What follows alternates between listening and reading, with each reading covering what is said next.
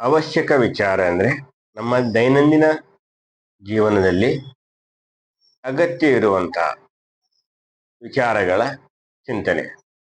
ಹಾಗೆ ವ್ಯರ್ಥ ವಿಚಾರ ಅಂತ ಹೇಳಿದ್ರೆ ಯಾವುದು ನಮ್ಮ ದೈನಂದಿನ ಜೀವನದಲ್ಲಿ ಅಗತ್ಯ ಇಲ್ಲವೋ ಅಥವಾ ಪ್ರತಿಯೊಂದು ಕ್ಷಣದಲ್ಲಿ ಅಗತ್ಯವಾಗಿ ಇಲ್ಲದ ವಿಚಾರಗಳು ನಮ್ಮ ಮನಸ್ಸಿನಲ್ಲಿ ಹೊರಡ್ತಾ ಇದ್ರೆ ಅದಕ್ಕೆ ಹೇಳ್ತಾರೆ ವ್ಯರ್ಥ ವಿಚಾರ.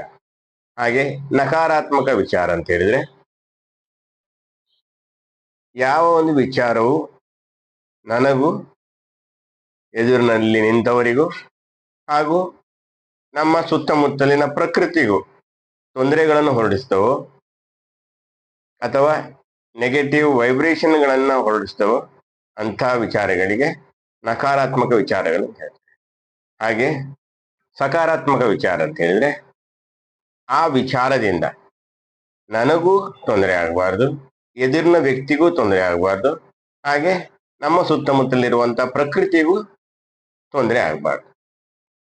ಆದರೆ ಇತ್ತೀಚಿನ ದಿನಗಳಲ್ಲಿ ಪ್ರತಿಯೊಬ್ಬರ ಮನಸ್ಸಿನಲ್ಲಿಯೂ ಕೂಡ 90% ನಕಾರಾತ್ಮಕ ವಿಚಾರಗಳೇ ಅಥವಾ ವ್ಯರ್ಥ ವಿಚಾರಗಳೇ ನಡೀತವೆ.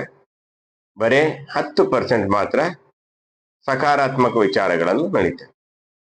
ಈ ಸಕಾರಾತ್ಮಕ ವಿಚಾರಗಳನ್ನ ಹೆಚ್ಚು ಹೆಚ್ಚು ಹೇಗೆ ಮಾಡುವುದಂತೇಳಿ ಮುಂದಿನ ವಿಡಿಯೋಗಳಲ್ಲಿ ತಿಳ್ಕೊಳ್ಳೋಣ.